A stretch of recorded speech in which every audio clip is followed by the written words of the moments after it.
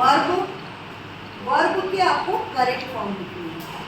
अब देखो, he has many place, इनमें से कौन सी वर्ब का कौन सा फॉर्म आएगा? तो आप ये हमेशा ध्यान रखिए कि ये जो होता है हैज, हैव, हैड, है ना, जिसको हम कहते हैं कि परफेक्ट वाले सेंटेंस जो होते हैं, तो ये हैज वाला सेंटेंस जो है प्रेजेंट परफेक्ट है। आप टेंस ना भी समझे तो आप ये हमेशा ध्यान रखें कि हैज, हैव या हैड, तो इसके साथ में हमेशा वर्ब का थर्ड फॉर्म होता है हमेशा। तो यहाँ पर क्या है? हैज, तो वर्ब का थर्ड फॉर्म आएगा। वर्ब का थर्ड फॉर्म कौन सा होगा? Write, wrote, written. कौन सा है थर्ड फॉर्म? तो हैज होने के कारण वर्ब का थर्ड फॉर्म, तो यहाँ पर क्या आएगा? रिटन। अब ये देखिए, द अर्थ, यहाँ पर कोई हेल्पिंग वर्ब नहीं दी है, इसका मतलब है कि हेल्पिंग वर्ब नहीं है तो दो स्थिति होती है, एक तो सिंपल प्रेजेंट या फिर सिंपल पास्ट। अब राउंड द सन, तो अब ये मूव आएगा या मूव्स आएगा, तो अपन ये अच्छे से पता है कि जब हमारा सब्जेक्ट सिंगुलर होता है तो वर्ब में हम एस लगाते हैं, तो जब हमारा वर्ब नाउन प्लूरल होता है तो वर्ब में एस नहीं लगाते हैं। अब ये तो आपको पता है, अर्थ अकेली है कि ज़्यादा है? एक ही सिंगुलर है, इसलिए वर्ब में क्या लगाना पड़ेगा? एस जो भी होगा वो लगाना पड़ेगा। तो ये मूव आएगा या मूव्स? मूव्स, ठीक है, क्योंकि ये अर्थ अकेली है। अगर मान लीजिए यहाँ पे अर्थ के बजाय अगर स्टार्स होता तो हम क्या करते? मूव करते। क्यों? क्योंकि स्टार्स बहुत सारे हैं। ही ऑलवेज ऑन टाइम, यहाँ पर इन्होंने कंफ्यूज करने की कोशिश की। क्यों? क्योंकि बच्चा अगर यहाँ देख लेता है कि ये एस लगाए तो समझता है कि प्लूरल है, तो वो क्या लिख देगा? कम, जबकि सब्जेक्ट तो हमारा ये है, ही मतलब अकेला, एक लड़का, तो अकेला है तो इसलिए क्या आएगा? कम आएगा कि कम्स? कम्स। अब ये सिंस और फॉर, ये वाले सेंटेंस आप अच्छे से समझ लीजिए कि सिंस कहाँ आता है और फॉर कहाँ आता है। सिंस होता है जब हमें बिल्कुल ठीक पता होता है कि कब शुरू किया गया कोई काम, और फॉर जब इसके लिए आता है कि कितने समय तक किया, उसका पीरियड बताता है, और ये स्टार्टिंग का समय बताता है, ठीक है। तो सिंस कहाँ कहाँ लगता है हमारा? देखिए, ये है सिंस और ये है फॉर।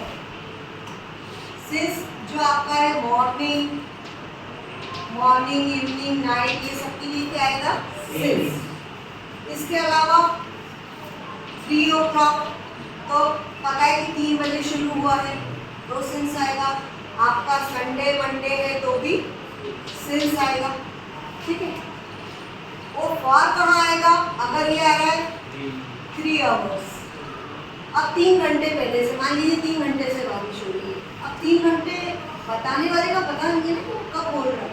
3 घंटे से, 3 घंटे में तो हम बता ही नहीं सकते कि इसने कहा किया है, उसने बताया कि 3 घंटे से बारिश हो रही है, तो अपने को फिर ये पूछना पड़ेगा उसने कब बताया, या वो 3 दिन से स्कूल नहीं आ रहा है, तो आपने अगर लिखा 3 days, तो आपको नहीं पता कि 3 दिन से नहीं स्कूल आ रहा है, तो ये नहीं पता कि कौन से दिन से नहीं आ रहा है। तो ये क्या बता रहा है? पीरियड बता रहा है कि 3 दिन हो गए, 4 दिन हो गए, 5 घंटे हो गए, ऐसा जब बताता है तो फॉर आता है।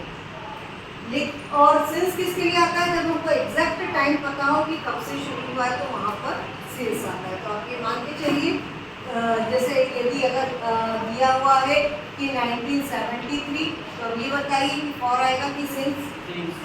सिंस आएगा, क्योंकि हमको पता है कि 1973 से। अब ये इधर देखिए, बताइए, they have been playing here morning, we have been studying in this college 3 years, क्या आएगा? We were making kites when father, अब ये देखिए, हम काइट बना रहे थे जब पिताजी अराइव आएगा कि अराइव आएगा, तो आप ये देखेंगे पहले कि टेंस कौन सा है। आपको यहाँ दिख रहा है वर, वर से आप समझिए कि ये कौन सा टेंस है? प्रेजेंट है कि पास्ट? ये पास्ट की हेल्पिंग वर्ब होती है ना, वाज और वर, तो तो हम काइट बना रहे थे तो वर आया है, तो वर आया है इसलिए यहाँ पर क्या आएगा, अराइव या अराइव क्या आएगा, पास्ट की वर्ब आएगी, क्या आएगा, arrive. He wanted to an engineer, यहाँ पर इन्होंने फिर कंफ्यूज किया है, ठीक है, क्योंकि यहाँ पर दिख रहा है आपको wanted, मान लीजिए became भी होता तो और कंफ्यूज हो जाते, लेकिन और आप ये सोचते हैं कि ही दे रखा है, कंफ्यूज वाला देखिए, ही दे रखा है मतलब सिंगुलर है, तो आप सोचेंगे कि मैडम ने बताया था ही सिंगुलर के साथ में एस लगता है, तो ही के साथ में बिकम्स लग जाएगा। लेकिन एक और चीज देखनी पड़ती है, यहाँ पर दिया हुआ है वांटेड टू, तो जब भी टू आता है तो टू के साथ में हमेशा वर्ब का फर्स्ट फॉर्म आता है, उसमें फिर ऐसी नहीं होती, वो इंजीनियर बनना चाहता है, तो टू जब भी आता है तो टू के साथ में चाहे कैसा भी सेंटेंस है, टू के साथ में हमेशा वर्ब का फर्स्ट फॉर्म लगेगा, तो क्या आएगा, हम यहाँ पर बिकम की बिकम्स, सिर्फ बिकम।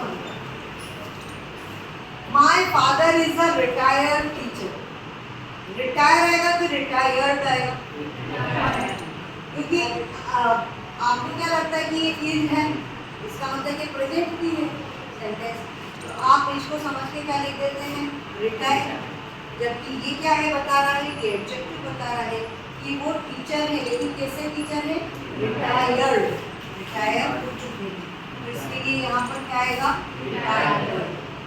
मैंने ये टिप लगाई है, लेकिन आपको हमेशा फिल इन द ब्लैंक्स को कॉपी में जब भी लिखना है तो बाकायदा आपको पूरा सेंटेंस लिखना है और जो सही आंसर है उसको उसकी जगह पर, है ना, ऐसे टिक लगा के नहीं लिखेंगे क्योंकि यहाँ पर स्पेस कम है इसलिए मैंने नहीं लिखा, लेकिन आपको हमेशा इस तरह से